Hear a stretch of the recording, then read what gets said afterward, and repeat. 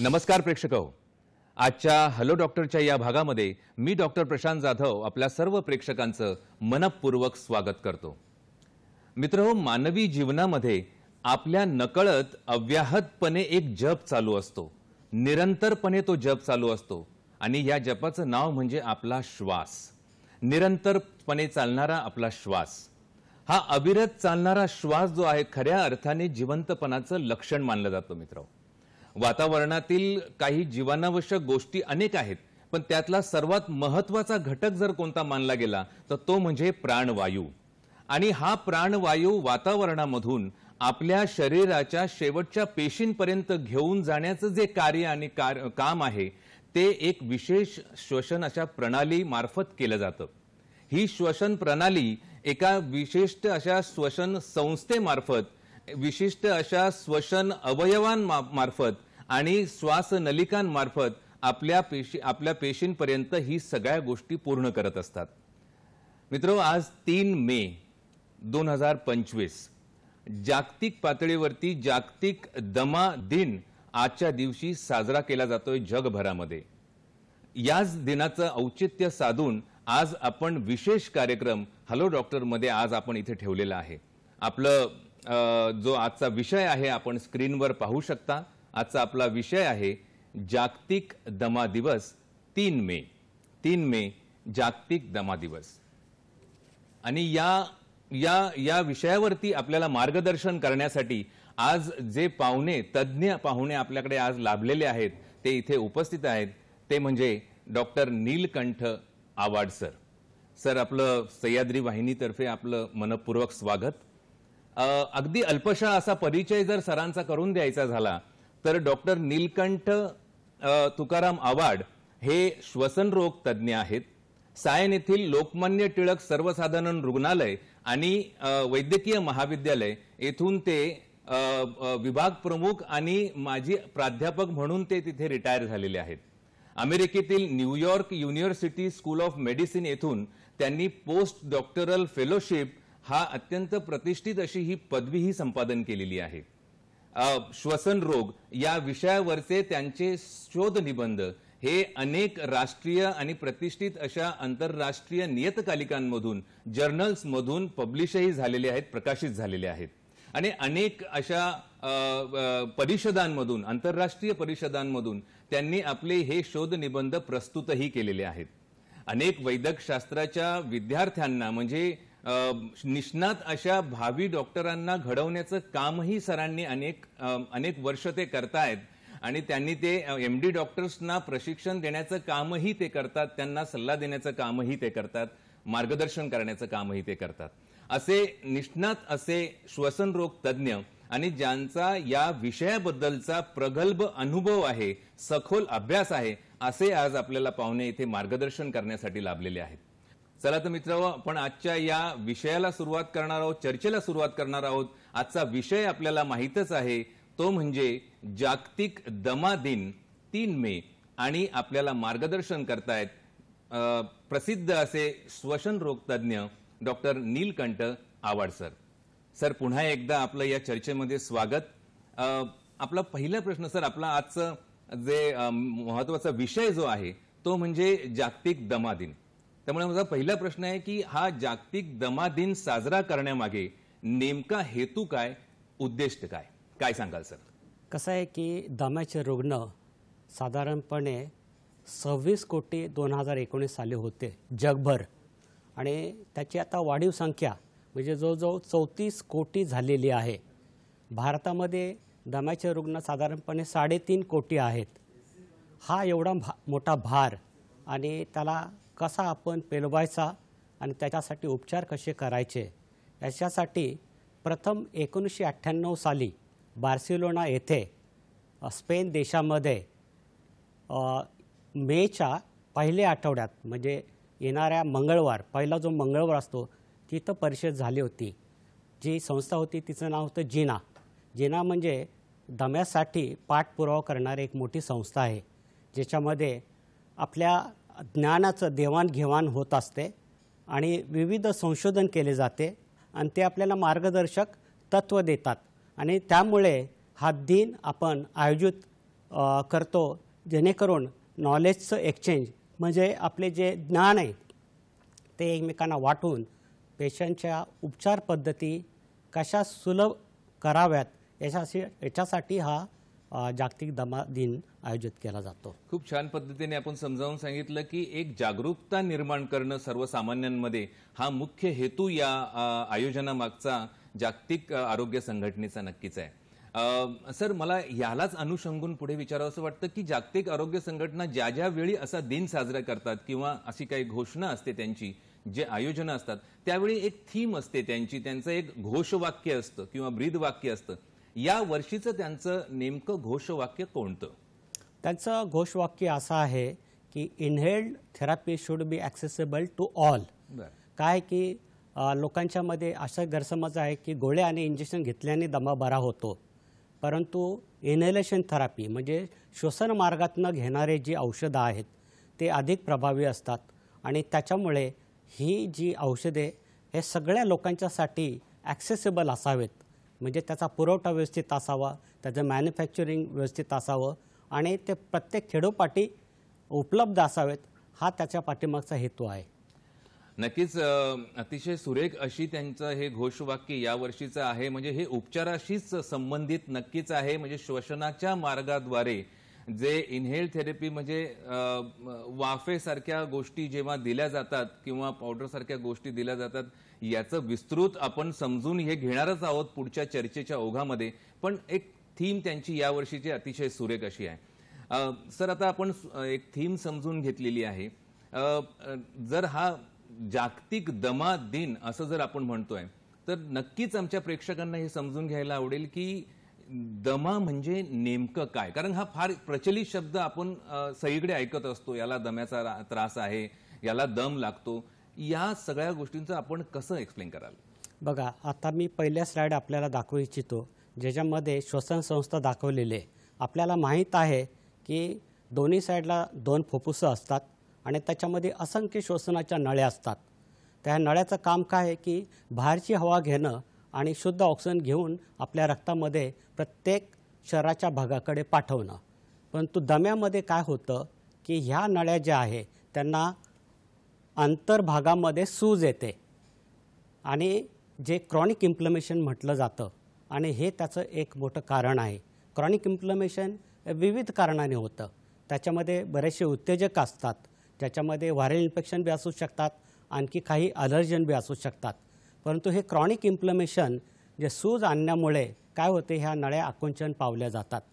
परिणामी नळ्या आकुंचन पावल्यामुळे श्वसनामध्ये अडथळा होतो आणि मग रुग्णाला वेगवेगळ्या प्रकारचे लक्षणं येतात आणि त्यामुळे दमा हा क्रॉनिक डिझीज म्हणजे दीर्घकालीन आजार आहे आणि त्याचे उपचारसुद्धा दीर्घकालीन असतात.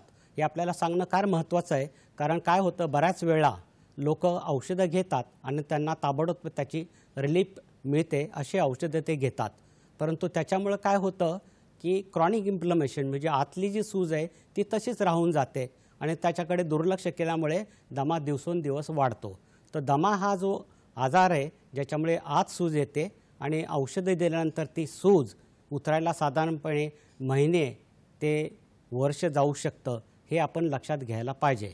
आणि दम्यामुळे साधारणपणे आपल्याला माहिती आहे की सुरुवात खोकल्याने होते, नंतर माणसाला मग छाती भरल्यासारखं वाटतं आणि मग खोकला येणं, रात्रीतनं उठणं, दम लागणे असे प्रकार सुरू होतात. खूप सुरेख पद्धतीने आपण दमा म्हणजे काय, दम्याची एक व्याख्याच इथे प्रस्तुत केली. सर, नक्कीच प्रत्येकाला ती समजली असणार. तर याच्याच अनुषंगाने पुढचा प्रश्न निर्माण होतो की प्रत्येक रोगाची काही ना काही कारणं असतात. तर दमा या रोगाची नेमकी कारणं काय काय सांगाल? अनुवंशिकता हे मुख्य कारण आहे की आता मी आपल्याला सांगितल्याप्रमाणे आतल्या भागाला सूज येते, पण हे सगळ्यांच्याच भागाला येत नाही. काही लोकांच्या मध्ये हे सूज येते तर काही लोकांच्या मध्ये येत नाहीत. ज्यांच्यामध्ये आईवडिलांना दमा आहे, आजीला दमा आहे किंवा मामाला दमा आहे, चुलत्याला दमा आहे, अशा रुग्णांना साधारणपणे आतली सूज वाढते. क्रॉनिक इन्फ्लमेशन म्हणजे आतलं जी सूज आहे, दाह आहे, ते वाढत जाते आणि त्याच्यासाठी विविध कारणं आहे. जसं की वातावरणातील बदलाव, वातावरणातील व्हायरल इन्फेक्शन्स असतात ते आपल्याला, किंवा इंडोर पोल्युशन म्हणतो, म्हणजे आपल्या घरामध्येचे जे काही वायू प्रदूषण आहे त्याच्यामुळे सुद्धा आपल्याला दम्याची लागण होत असते. शिवाय लहानपणी जर समजा जन्मताच जर समजा मुलाला स्मोक इनहेल करावा लागला, समजा आपल्या घरामध्ये कोण धूम्रपान करत असेल त्याच्यामुळे सुद्धा मोठ्या होता होता दमा लागू शकतो. आपण पाळीव प्राणी पाळतो घरामध्ये, त्यांच्या फरमुळे, त्यांच्या डँडर्समुळे, त्यांच्या केसामुळे सुद्धा दमा लागू शकतो. आपण वेगवेगळे फर्निचर वापरतो घरामध्ये, हे गालिचे वापरतो ज्याच्यामध्ये धूळ साचते आणि त्याच्यामुळे सुद्धा दमा होऊ शकतो. शिवाय घरामध्ये आपण फ्लॉवर पॉट म्हणजे आपण जे काही समजा वापरतो त्याच्यातनं फूल तयार होतं आणि त्याच्यातनं परागकण येऊन सुद्धा आपल्याला दमा होऊ शकतो. तर विविध कारणं आहेत जे आपल्याला दम्याशी निगडीत असतात. पण त्याच्याशिवाय बाहेरील वातावरणाने जे काही बदल होतात, समजा पावसाळा आला, दमट हवा आहे, त्याच्यामुळे सुद्धा ॲक्च्युली दम्याचे अटॅक येऊ शकतात. आणि वेगवेगळे ॲनिमल्स आहेत, आपल्या जेवणाचे जे काय प्रकार आहे, बहुधा आता लोकांना फास्ट फूड आवडतं, त्या फास्ट फूडमध्ये वेगवेगळ्या प्रकारचे प्रिझर्वेटिव्ह असतात टिकून ठेवण्यासाठी, अन्न टिकून ठेवण्यासाठी असतात आणि तेच नेमके आपल्याला ॲलर्जन म्हणून काम करतात आणि मग दम्याचे अटॅक येऊ शकतात. त्याशिवाय दररोजच्या अन्नामध्ये आपण मासळी खातो, झिंगा खातो, अंडी खातो, त्याच्यामुळे सुद्धा दमा होऊ शकतो.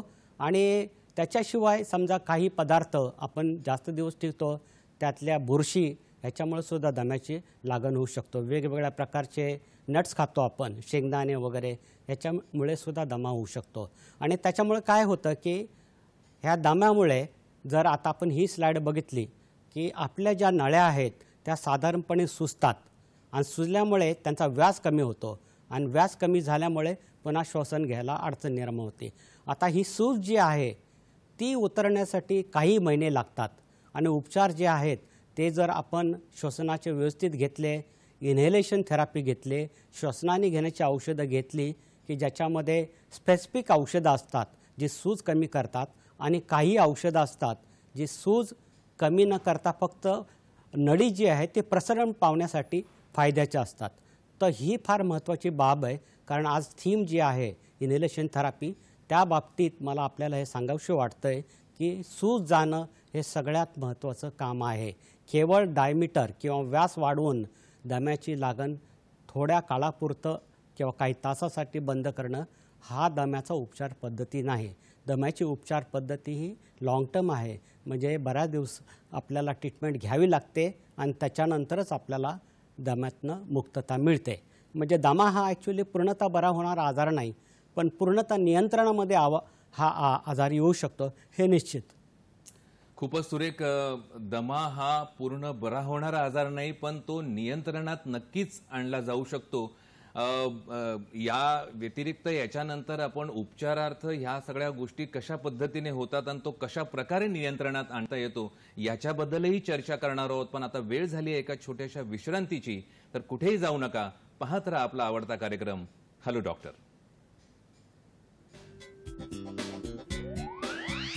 ब्रेक नंतर पुन्हा एकदा सर्व प्रेक्षकांचं मनापासून स्वागत.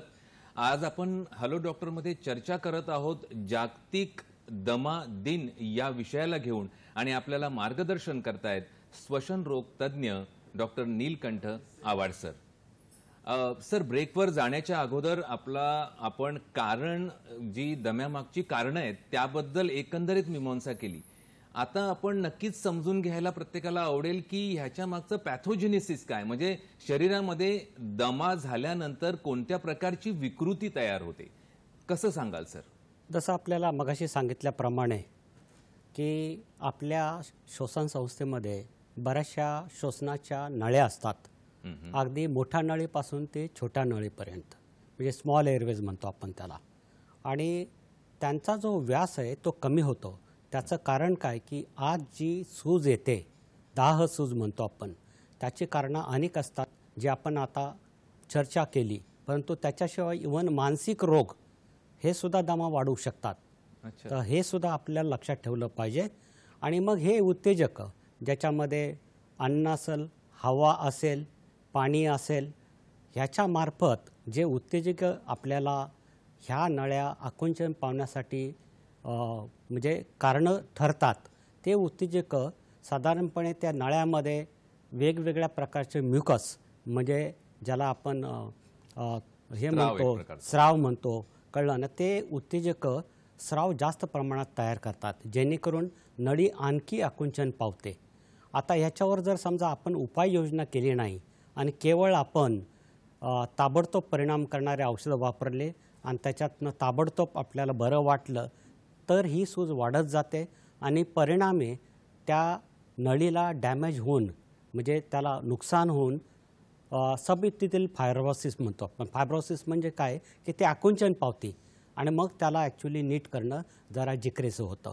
तर पॅथोजेनिस असं आहे की जर समजा ही नळी समजा नेहमी आकुंचन पावली तर दम्याचे अटॅक हे नेहमी वाढणार. आणि आज म्हणजे आपल्याला आत्ता सांगितल्याप्रमाणे की ह्या दम्याच्या नळ्या ज्याच्यामध्ये सूज आहे तर त्याच्यामध्ये अतिसंवेदनाशीलपणा वाढतो आणि अतिसंवेदनाशीलपणा कुठल्याही उत्तेजकाला हे दम्याचं मोठं लक्षण आहे, हे आपल्याला ध्यानात ठेवायला पाहिजे. म्हणजे एकदा का ती नळी संकुचन पावली तर ती पुन्हा पूर्व स्थितीमध्ये जर येण्याच्या परिस्थितीत राहिली नाही तर त्याला फायब्रोसिस असं आपण म्हणतो. राईट. आणि जर ती येत असेल तर म्हणजे नियंत्रणात आणण्यामागचं जे तुम्ही ज्या गोष्टी सांगितल्या त्या याच्यातच आहे की ह्या स्थितीपर्यंत ही अवस्था पोहोचू नये याच्यासाठी घेतली जाणारी काळजी आणि उपचार हे अतिशय महत्त्वाचे आहेत. खूपच सुरेख सर. आता त्याच्या पुढचा प्रश्न यालाच लागून असा येतो की प्रत्येक रोगाची आपली लक्षणं असतात आणि त्या लक्षणांवरून लक्षात येतं की हा रोग याला हे नाव आहे. तर दमा या रोगाची लक्षणं नेमकी कोणती? कारण आपण पाहतो की दम लागणं हा प्रकार अनेक गोष्टींमध्ये असतो. मग प्रत्येक लागणारा दम हा दमाचा आहे का याबद्दलही आपण नक्कीच सांगा आणि त्याची विस्तृतपणे लक्षणांबद्दल सांगा. सर, दम्याच्या लक्षणाबद्दल बोलायचं झालं तर सुरुवातीला दम लागतो असं नाही. सुरुवातीला पेशंटला किंवा रुग्णाला वारंवार खोकला येणे, तो खोकला रात्रीच्या वेळेला येणे किंवा पहाटे येणे असे प्रकार सुरू होतात. किंवा समजा माणूस जर समजा व्यायाम करत असेल त्यावेळेला तो खोकला येतो किंवा वारंवार सर्दी होणे आणि ती सर्दी 10 ते 15 दिवसाच्या पुढे जाणे हे सुद्धा एक दम्याचं लक्षण असू शकतो. चालताना दम लागणे, पण हा दम नेहमीच लागणे असं नाही, कधी लागतो कधी नाही. ते तुमच्या ॲक्च्युली उत्तेजक म्हणजे ॲलर्जन जे आहेत त्याला तुम्ही केव्हा एक्सपोज झालेला आहेत किंवा ते तुमच्या केव्हा संपर्कात आलेलं आहे. कधीकधी रुग्णाला रात्रीच्याला दम लागतो, त्याचं कारण हाऊस डस्ट माईट मी आपल्याला सांगितलेलं आहे की जे आपल्या बेडरूममध्ये असतं, जे आपल्या बिछाण्यामध्ये असतं आणि ते आपल्या चामडीच्या स्किन पिलिंगवर म्हणजे चामडीमधून जे द्रव निघतात त्याच्यावर ते जगतं आणि मग त्याच्या विष्ठेतनं आपल्याला ॲलर्जी तयार होते. तर असे हे कॉम्प्लिकेटेड प्रकार असतात की ज्याच्यामुळे आपल्याला रात्री उठावं लागतं खोकल्यामुळं, दम्यामुळे. आणि कधीकधी माणसाला असं वाटतं की माझी छाती आहे ना घट्ट होत आहे, त्याला समजत नाही, फ्रँक दम लागत नाही, त्याला मोकळा असा दम लागत नाही. मग त्याला वाटतं की मी रात्री उठून बसलं तर बरं वाटतं. आणि कधीकधी मग समजा अशी लक्षणं आपण जर दुर्लक्षित केली तर आपल्याला दम्याचे वारंवार हे जे प्रकार हे आपल्याला समोर येतात आणि त्यावेळेला मग रुग्ण साधारणपणे डॉक्टरकडे धाव घेतो. आणि तो अतितीव्र झटका आला तर मग तो गंभीर प्रकार बी होऊ शकतो. अशी दम्याची लक्षणं असतात. परंतु लहान मुलामध्ये विशेषतः तो खेळायला गेला आणि तो बसून राहिला तर आपल्या लक्षात आलं पाहिजे की तो खेळला की ताबडतोब त्याला दम लागतं आहे. कारण ते जे मूल आहे ते आपल्याला हे सुरुवातीला सांगत नाही, पण ज्यावेळेला तो पळताना किंवा वर चढताना खेळताना पाठीमागं पडतो त्यावेळेला त्याच्या लक्षात येतं की आपण इतर मुलासारखा खेळू शकत नाही. मग त्यावेळेला आईला किंवा वडिलांना ह्याची जाणीव निर्माण झाली पाहिजे की आपल्या मुलाला का असा त्रास होतोय आणि मग त्यांनी दम्याचा शोध घेतला पाहिजे. म्हणजे एकंदरीत अशी काही लक्षणं जर लक्षात आली तर नक्कीच एक वैद्यकीय सल्ला शेजारच्या डॉक्टरांकडून घेणं गरजेचं आहे आणि तपासून बघणं गरजेचं आहे की नेमका हा प्रकार कशामुळे घडतोय. नक्कीच सर, आपली चर्चा ही प्रेक्षकांपर्यंत चांगल्या पद्धतीने पोहोचते आणि प्रेक्षकही याच्यामध्ये आता सहभागी होऊ इच्छितात. आपल्याला फोन आलेला आहे, मित्र सेन यांचा भंडाऱ्यावरून फोन आहे. मित्र सेन, आपलं स्वागत आहे हॅलो डॉक्टरमध्ये. आपला प्रश्न नक्की विचारा. सर मला 21 मध्ये कोरोना झाला आहे. 21 मध्ये मला कोरोना झाला. माझे लंग 45% खराब झालेला आहे. अच्छा. तर तेव्हापासून मला सर दम खूप आहे ना. मी चालवायला गेलो तर माझा ऑक्सिजन लेवल कमी होते सर. 5 मिनिटं जर चाललो तर 4-5 पॉईंट माझ्या कमी होते. अच्छा. आणि मला खासी खूप येते. खासी बसून नाही राहिली आहे. आता कार्यक्रम सुरू आहे म्हणून मी तुम्हाला फोन लावलो सर. मला थोडंसं मार्गदर्शन कराल याबद्दल तर बरं होईल. नक्कीच. आपल्या प्रश्नाबद्दल धन्यवाद. सर आपल्या प्रश्नांना उत्तर देतील. सर काय सांगाल? त्यांना 2021 मध्ये कोविड इन्फेक्शन झालं होतं आणि मला असं वाटतं की त्या कोविड इन्फेक्शनने त्यांच्या फुफ्फुसाला नुकसान पोचलेलं आहे, फायब्रोसिस झालेलं आहे. कारण ते चालल्यानंतर त्यांचं ऑक्सिजन कमी होतं. म्हणजे हे निश्चित फायब्रोसिस असं वाटतं आहे. त्यांनी ॲक्च्युली स्पेशालिस्ट डॉक्टरला भेट देऊन त्यांनी आपले एक्सरे काढावं, CT स्कॅन करावं आणि पल्मनरी फंक्शन टेस्ट कराव्या, जेणेकरून मार्गदर्शन व्यवस्थितरित्या मिळेल आणि त्यांचे उपचारसुद्धा व्यवस्थितरित्या होतील. अतिशय सुरेख असा प्रश्न होता, कोविडशी संबंधित असा होता आणि अनेक असे रुग्ण असतील त्यांचेही प्रश्न यातून त्यांना उत्तर त्याच्यातून मिळालेलं असेल. नक्कीच धन्यवाद मित्रसेनजी आपल्या या प्रश्नाबद्दल आणि सहभागी ह्या कार्यक्रमामध्ये झाल्याबद्दल. सर दम्याचा जेव्हा आपण विचार करतो तेव्हा जसं मगाशी आपण सांगितलं की त्याची लक्षणं ही विशिष्ट अशी लक्षणं असतात. मग त्याची उपनिदाने ज्याला डिफरन्शियल डायग्नोसिस आपण म्हणतो की अनेक आजारांमध्ये दम लागण्याचा प्रकार किंवा खोकला येण्याचा प्रकार किंवा चाललं तरी दमछाक होणे या गोष्टी घडत असतात, ही लक्षणं दिसतात. मग प्रत्येक लागणारा हा दम्याशीच निगडित आहे की इतरही काही कारणं असतात ज्याच्यामध्ये दम लागू शकतो माणसाला? काय सांगाल सर? दमा हा फार कॉमन आजार आहे, परंतु असं नाही की फक्त तो दमाच असेल. अच्छा. दम्याची जर लक्षणं बघायला आपण सुरुवात केली तर दमा हा नेहमी आपल्याला दम देत नाही. म्हणजे दम लागण्याची जी प्रक्रिया ही मध्ये मध्ये माणूस नॉर्मल असतो, त्याला दम लागत नाही. मध्ये मध्ये त्याला खोकला येतो, मध्ये मध्ये दम लागतो. चालताना दम लागतो ज्यावेळेला तो ट्रिगर म्हणजे उत्तेजक जर त्याच्या संपर्कात आले तरच त्याला दम लागणार, कळलं.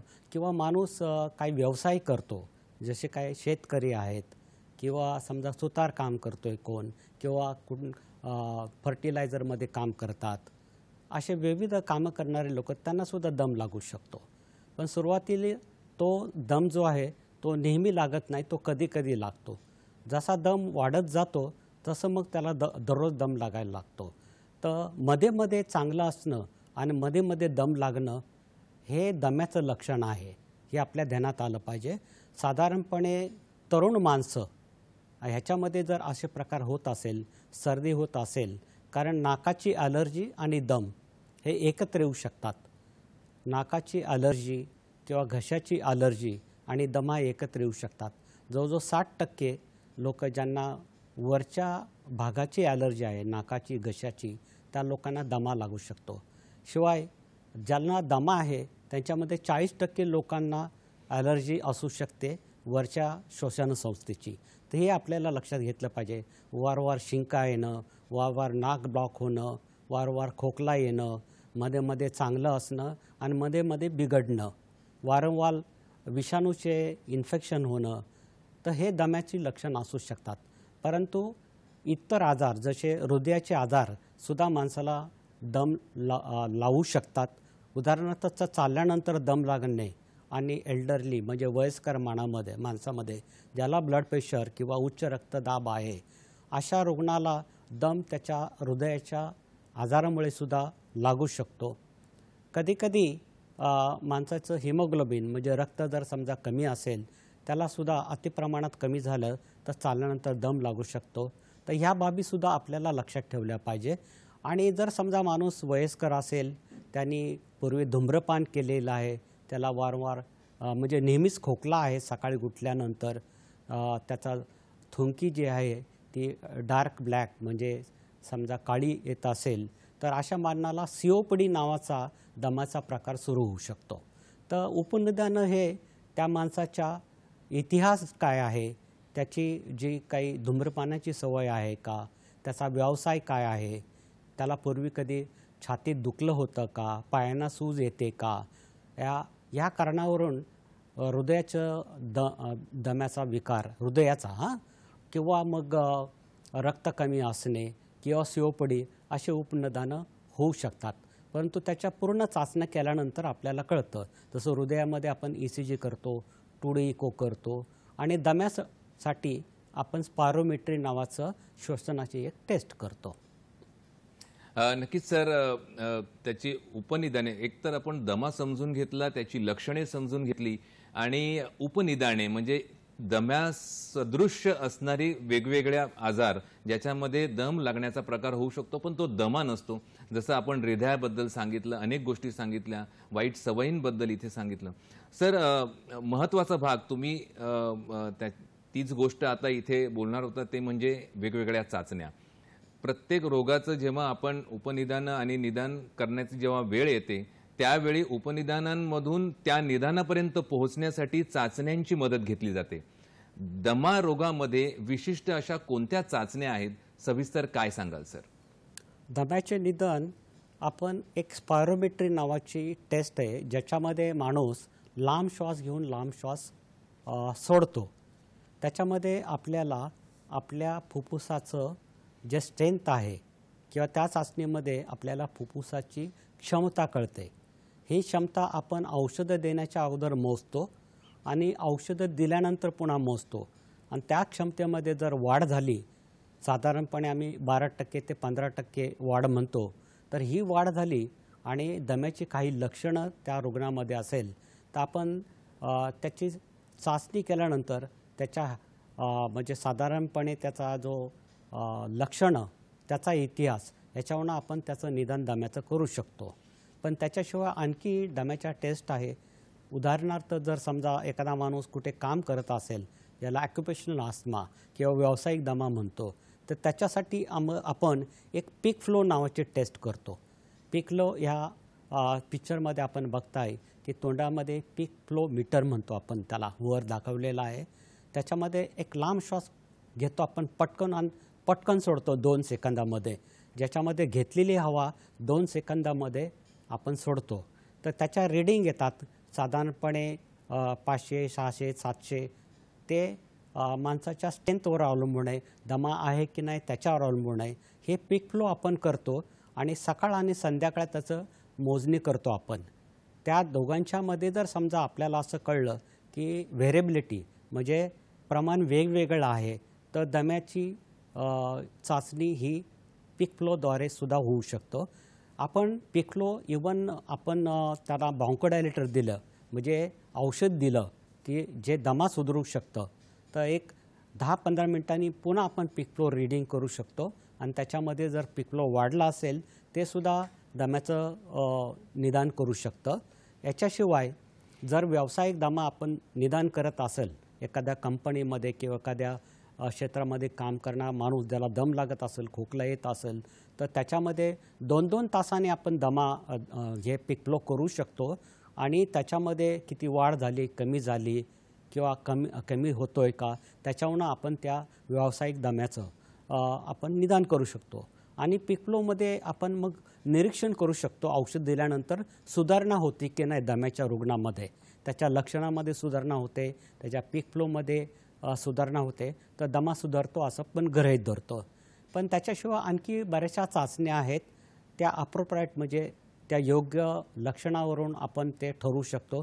जे की साधं HbCBC जरी केलं आपण तर त्याच्यामध्ये एओसिनोफिल नावाच्या पेशी ह्या वाढलेल्या दिसतात किंवा टोटल IG नावाचा एक रक्ताची टेस्ट आहे जी आपल्याला सांगू शकतं की ह्या पेशंटला कदाचित ॲलर्जिक दमा आहे. पण ह्या ॲडव्हान्स टेस्ट केव्हा करतो आपण जर दमा व्यवस्थित सुधारला नाही किंवा ह्या चाचण्या केल्यानंतर आपलं निदान पुरेसं होत नाही तर मग ॲडव्हान्स टेस्ट करत असतो. किंवा काही पेशंटमध्ये डिफिकल्ट आस्थमा म्हणतो म्हणजे अवघड ट्रीटमेंटला सहजासहजी प्रतिसाद न देणारा दमा असेल तर त्याच्यामध्ये मग आपण पुढच्या टेस्ट करत असतो. तर दम्याच्या अनेक टेस्ट आहेत.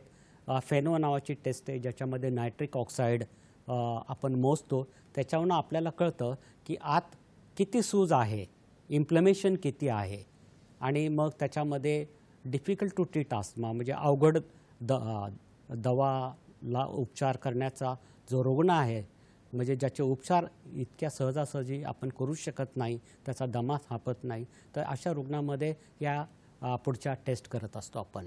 पण महत्त्वाचे म्हणजे स्पायरोमेट्री, ज्याच्यामध्ये आपल्या फुफ्फुसाची क्षमता कळते आणि औषधं दिल्यानंतर ती क्षमता वाढते. ही महत्त्वाची टेस्ट आपण करतो. खूप सुरेख पद्धतीने सर आपण एकंदरीत विस्तृत पद्धतीने चाचण्यांबद्दल सांगितलं. नक्कीच प्रत्येकाच्या ते लक्षात आलेलं असेल. आणि आता पुन्हा आपल्या प्रेक्षकांचा सहभाग इथे फोनद्वारे होतोय. आपल्याला फोन आलेला आहे. मंगल आपटे जी या पुण्यावरून आपल्याला फोन करताय. मंगलजी बोला, आपला प्रश्न विचारा.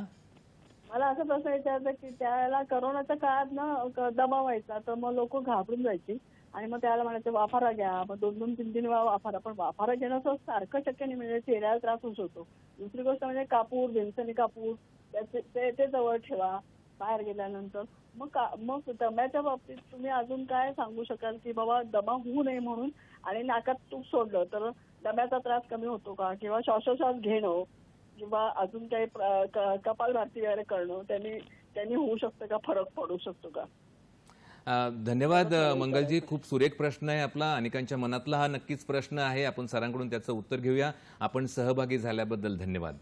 सर काय सांगाल? अनेकांच्या नक्कीच मनातला प्रश्न आहे. वाफोरे घेणं वगैरे ह्या सगळ्या गोष्टी, वाफा घेणं, तूप टाकणं, अनेक कंगोरे आहेत त्यांच्या प्रश्नाला. काय उत्तर द्याल सर? या घरच्या उपचार पद्धती आहे की वाफ घेणं किंवा तूप टाकणे, परंतु आपण समजून घेतल्याप्रमाणे दम्यामध्ये आतली जी सूज आहे त्या आपल्या नळ्या अतिचंचल करतात आणि अतिसंवेदनशील करतात. तर त्याच्यामध्ये अशा प्रकारचे उपचार करून विशेष फायदा होऊ शकत नाही. नेमकी औषधं आपल्याला देणं महत्त्वाची आहे, ज्याला इनेल कॉर्टिकोस्टेरॉइड म्हणतो आपण. जर खरोखरच त्यांना दमा असेल आणि वारंवार त्यांना त्रास होत असेल तर त्यांनी आत्ता सांगितलेलं टेस्ट करून घेणं आवश्यक आहे. कधीकधी काय होतं की कोविडमुळे पोस्ट कोविड ब्रॉन्कायटिस नावाचा एक प्रकार आहे, जे माणसांना त्रास देऊ शकतं, ज्यांना नेहमी आता खोकला येऊ शकतो. तर त्यांची ही स्पायरोमेट्री केल्यानंतर, त्यांचा एक्सरे केल्यानंतर, CT स्कॅन केल्यानंतर आणि इतर टेस्ट HbA1c केल्यानंतर ॲक्च्युली त्याचं निदान होऊ शकतात. त्यामुळे ते आपल्या प्रॅक्टिशनरला दाखवून, डॉक्टरना दाखवून योग्य ते उपचार याच्यावर करू शकतात. खूपच छान सर. अतिशय सुरेख असं उत्तर. आणि अनेकांच्या मनातले शंका कुशंका ह्याच्यातून नक्कीच निरसन झालेलं असेल की पोस्ट कोविड ब्रॉन्कायटिस तुम्ही ज्या गोष्टीला सांगितलं, नक्कीच बऱ्याच जणांचं निरसन या उत्तरातून नक्कीच झालेलं असेल. अजूनही आपण उपचाराबाबतीत आणि बऱ्याचसे हे जे दम्याचे कंगोरे आहेत ते अजून उलगडून पाहणार आहोत, त्याचे वेगवेगळे पैलू उलगडणार आहोत, सरांकडून समजून घेणार आहोत. पण आता इथे वेळ झाली आहे छोट्याशा विश्रांतीची. तर कुठेही जाऊ नका, पाहत राहा आपला आवडता कार्यक्रम हॅलो डॉक्टर.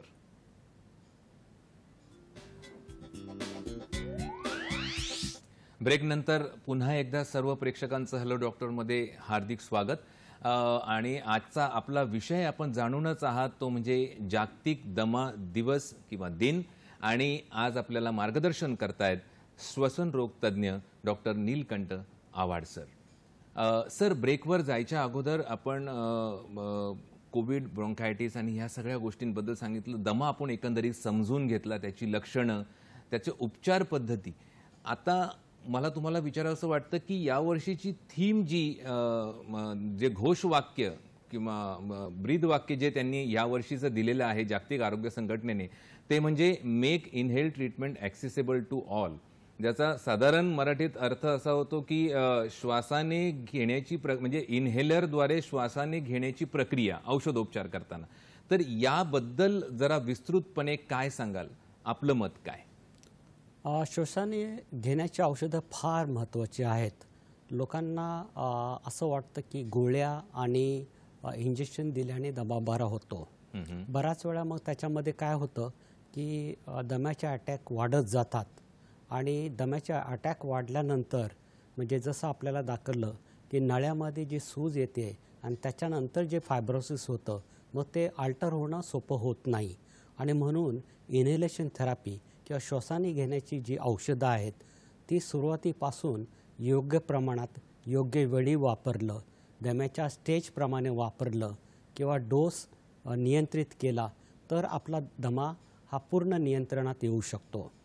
मागं सांगितल्याप्रमाणे दम्याच्या नळ्या ह्या चंचल असतात, अतिसंवेदनशील असतात आणि त्यामुळे इन्हेल कॉर्टिकोस्टेरॉइड नावाचे जे औषधं आहेत ती आपण मीटर डोस इनहेलर किंवा ड्राय पावडर याच्याद्वारे घ्यावे. त्याचं कारण मी आपल्याला सांगतो की जी औषधं आपण घेतो दम्याची ती औषधं जवळजवळ 20 पट कमी असतात. आता ह्या स्लाईडमध्ये आपल्याला दाखवतो की एक गोळी साल्ब्युटामॉलची साधारणपणे 2 मिलीग्रामची असते. तर लहान मुलामध्ये हा डोस 2 मिलीग्रामचा म्हणजे साधारणपणे 2000 मायक्रोग्राम.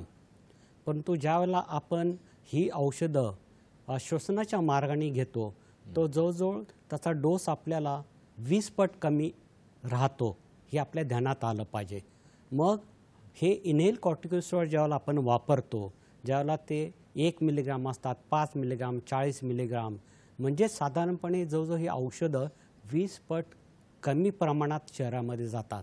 शिवाय औषधं डायरेक्टली श्वसन संस्थेमध्ये गेल्यामुळे तिथं डायरेक्ट त्याची ॲक्शन होते आणि काही दम्याची औषधं अशी आहेत की ज्याचा इतका प्रभाव असतो की दम जो आहे तुमचा ताबडतोब 1 ते 2 मिनटामध्ये बरा होतो. दम बरा होणं हा एक भाग झाला, परंतु महत्त्वाचं म्हणजे आतलं जे क्रॉनिक इन्फ्लमेशन म्हणजे जी सूज आहे ज्याच्यामुळे आपल्या नळ्या चंचल होतात, अतिसंवेदनशील होतात, त्या हळूहळू मग त्याच्या संवेदना कमी होतात, सूज कमी होते.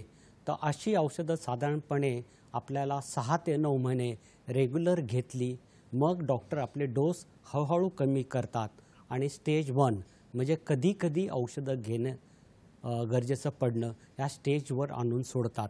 तर त्यामुळे हे फार महत्त्वाचं आहे की इनहेलेशन थेरपी हे आपल्याला फार महत्त्वाची आहे आणि ही इनहेलेशन थेरपी आपण साधारणपणे मीटर डोस इनहेलर जे आपल्याला मी आता दाखवू इच्छितो हा जो आहे हा मीटर डोस इनहेलर आहे आणि ह्याला आपण डायरेक्टली वापरू शकतो. ह्याच्यातनं असा एक धूळ बाहेर पडलेला आहे. हे डायरेक्टली तुम्ही घेऊ शकता आणि घेताना काय करायचं आहे तुम्हाला डायरेक्टली श्वास घेताना पहिल्यांदा श्वास सोडायचा, असा हे तोंडात घ्यायचं, नंतर दाबायचं, दाबून लांब असा श्वास घ्यायचा, तो पकडून ठेवायचा. किती सेकंद पकडून ठेवायचा? 5 सेकंद आणि नंतर तो श्वासाने बाहेर सोडायचा. त्याचं मी तुम्हाला डेमो देतो आता. हलवायचा, श्वास सोडायचा,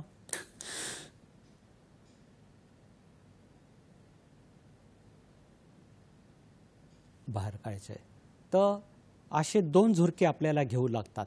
परंतु काही लोकांना हे लहान मुलांना विशेषतः आणि एल्डरली म्हणजे ज्यांचं वय जास्त आहे त्यांना जमत नाही. मग त्याच्यासाठी आपण हे स्पेसर वापरतो. आता स्पेसरचा आपल्याला फायदा काय असतो की हे स्पेसर जे आहे ह्याच्यामध्ये हे स्प्रे येतो आणि तो स्प्रे आपण इझिली आत घेऊन जर समजा 5 सेकंदासाठी किंवा 1-2 सेकंदासाठी होल्ड केला तरी पण पूर्णपणे हे औषध आपल्या श्वसन संस्थेमध्ये जातं आणि त्याची ॲक्शन ताबडतोब होते. मग कितीही तीव्र दम्याचा अटॅक आला तरी स्पेसरद्वारे आपण हे वापरू शकतो, हे ध्यानात घेतलं पाहिजे. आता मी आपल्याला दाखवतो.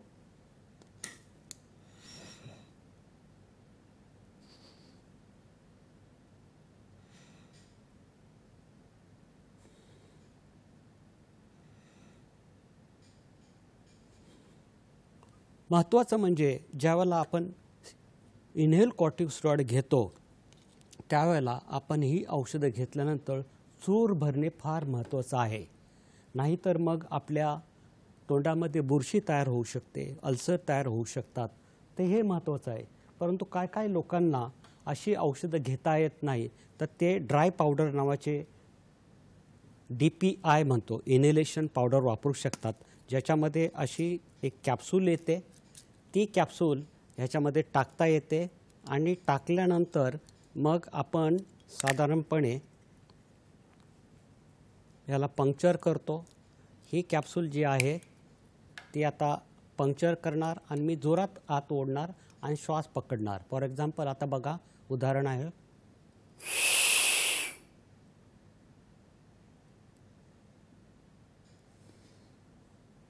तर हे पूर्ण औषध माझ्या आता श्वसन संस्थेत गेलेलं आहे. त्याचा परिणाम ताबडतोब 1 ते 2 मिनिटांमध्ये येतो. बरीचशी औषधं सुलभरित्या घेतली जातात. जर ह्याच्यामध्ये आपण ताबडतोब ॲक्शन होणारी औषधं वापरत असाल तर आपल्याला गुळणी करण्याची किंवा तोंडात चूळ भरण्याची गरज नाही. परंतु जर आपण इनेल कॉर्टिकोस्टेरॉइड वापरत असाल तर मग मात्र आपल्याला चूळ भरणं आवश्यक आहे. आता इनेल कॉर्टिकोस्टेरॉइड आणि लॉंग ॲक्टिंग म्हणजे दूर परिणाम असणारी औषधं याचंसुद्धा आपल्याला कॉम्बिनेशन मिळतं. त्याला आम्ही मार्ट थेरपी म्हणतो. म्हणजे मेंटेनन्सची बी थेरपी आहे जी साधारणपणे एकाच वेळेला दिले जातात. 2 झुरके सकाळी घ्यायचे आहेत आणि 2 झुरके संध्याकाळी घ्यायचे आहेत. त्यामुळे साधारणपणे ही औषधं आपल्याला सारखी घेण्याची गरज पडत नाही. समजा पेशंटला किंवा रुग्णाला जास्त त्रास होत असेल तर त्याच्यामध्ये ओरल औषधं म्हणजे तोंडाने घेण्याची औषधं सुद्धा आपण देऊ शकतो, नाही असं नाही. आता अति तीव्र जर समजा झटका येत असेल तर याचा अर्थ आपला जो दमा आहे ते नियंत्रणात नाही. तर दम्यामध्ये 2 प्रकारचे हे जे इनहेलेशन थेरपी आहे ती एक म्हणजे ताबडतोब ॲक्शन येणारे औषधं आणि दुसरी जे सूज कमी करणारे औषधं. तर कोणी विचारलं तर सूज करणारी औषधं हे सगळ्यात महत्त्वाचे औषध आहे आणि हे जर आपण लाँग टर्म म्हणजे व्यवस्थित डोसेज घेतले, व्यवस्थित दीर्घकालीन ट्रीटमेंट घेतली तर सूज कमी होऊन आपले लक्षणं कमी होतात. दम्याचं महत्त्वाचं उद्दिष्ट म्हणजे काय औषधाचं की आपण दररोज ज्या आपल्या ॲक्टिव्हिटीज आहेत जसं कामाला जाणं, शाळेत जाणं, शाळेमध्ये खेळणं किंवा आपला दररोजचा व्यायाम करणं किंवा रात्री आपल्याला व्यवस्थित झोप येण्यासाठी दम न लागणं किंवा दम्यामुळे इमर्जन्सीसाठी भेट न देणं हे आपले हे जे दूरगामी जे गोल आहेत किंवा उद्दिष्ट आहेत तर हे इनहेलेशन थेरपी म्हणजे श्वसनाने घेण्याचे औषधं त्यांनी आपले हे समाधान होईल. म्हणून इनहेलेशन थेरपी किंवा श्वसनाने घेण्याचे औषधं फार महत्त्वाचे आहे. आता ह्याचे काय साईड इफेक्ट येत आहे का? आता आपण ह्या स्लाईडकडे जर बघितलं तर आपल्याला दिसून येईल की औषध किती रिअली प्रमाणात जातं. एक जर 100 मायक्रोग्रामचं साल्ब्युटमॉल हे औषध उदाहरणात आपण घेतलं तर साधारणपणे 10 ते 20% औषध आत जातं, ज्याच्यामध्ये 4% हे आपल्या फुफ्फुसाच्या अल्व्हेओलायमध्ये म्हणजे एअर सॅक्स म्हणतो आपण, ज्याच्यामध्ये हवा साचली जाते आणि मग ते आपल्या रक्तात जाते आणि 5% औषध हे आपल्या नळ्यामध्ये जिथं म्हणजे ते आकुंचन पावलेले असतात तिथे जातं आणि 1% तर बाहेर निघतं. त्यामुळे ह्याचे जे साईड इफेक्ट आहे त्याचे जे वाईट परिणाम आहेत औषधाचे ते साधारणपणे जवळजवळ काहीच नसतात असं समजायला काय हरकत नाही. म्हणून इनहेलेशन थेरपी ही फार महत्त्वाची आहे आणि म्हणून ह्या थीममध्ये आजच्या जे सांगितले की inhalation therapy should be accessible to all म्हणजे सगळ्यांना ही श्वसनाची औषधं उपलब्ध करून द्यावेत. त्याच्यामागे हा उद्दिष्ट आहे की दम्याचा रुग्ण हा खेळला पाहिजे, दम्याचा रुग्ण हा झोपला पाहिजे, त्या कुठल्याही प्रकारच्या फिजिकल ॲक्टिव्हिटी शारीरिक व्यायामाची ॲक्टिव्हिटी त्यांनी केला पाहिजे, त्याला रात्री व्यवस्थित झोप लागली पाहिजे आणि विशेष म्हणजे त्याला वारंवार जे आपण औषधं घेतो त्याची गरज नाही पडली पाहिजे. बरं प्रत्येक 3-4 तासांनी डॉक्टरकडे जाणं, नेब्युलायझेशन घेणं दम लागल्यानंतर अशी पाळी नाही पाहिजे, हे त्याचं मुख्य उद्दिष्ट आहे. आणि म्हणून इनहेलेशन थेरपी ही फार महत्त्वाची थेरपी किंवा औषधाचे प्रकार आहेत जे आपण जाणून घेतले पाहिजे आणि त्याचा फायदा घेतला पाहिजे. इंजेक्शन घेणं हे फार आता दूरचे प्रकार राहिले आणि साधारणपणे सारखं डॉक्टरकडे दम्यासाठी जाणं ह्याची गरज भासणार नाही जर आपण हे व्यवस्थित इनहेलेशन थेरपी, इनहेल कॉर्टिकोस्टेरॉइड किंवा त्याच्याबरोबर कॉम्बिनेशन असलेले जे व्यास वाढवणारे जे आपला डायमीटर वाढवणारे औषधं आहे जे आपल्याला ताबडतोब दम्यापासून, खोकल्यापासून आणि छातीच्या घट्टपणापासून मुक्तता देतील. त्याचशिवाय आपली जी नळ्यांची चंचलता आहे त्याच्याशिवाय आपल्या जी हायपर रिस्पॉन्सिव्हनेस म्हणजे अतिसंवेदनाशीलपणा आहे ते हळूहळू कमी करून आपण आपलं आयुष्य पूर्ववत करू शकता. खूप सुरेख पद्धतीने सर प्रात्यक्षिक दाखवून त्याच्या माध्यमातून तुम्ही या सगळ्या गोष्टी प्रत्येकाला समजवल्या. नक्कीच त्या त्यांना समजलेल्या असतील. विषय हा सखोल आहे पण वेळेची मर्यादा लक्षात घेता आज आपल्याला कार्यक्रम इथेच थांबवावा लागतोय. सर आपण वेळात वेळ काढून अगदी व्यस्त वेळापत्रकातून वेळ काढून आपण आज इथे आलात. त्याबद्दल मी दूरदर्शनच्या सह्याद्री वाहिनीतर्फे आणि आमच्या तमाम प्रेक्षकांतर्फे आपले मनपूर्वक आभार मानतो.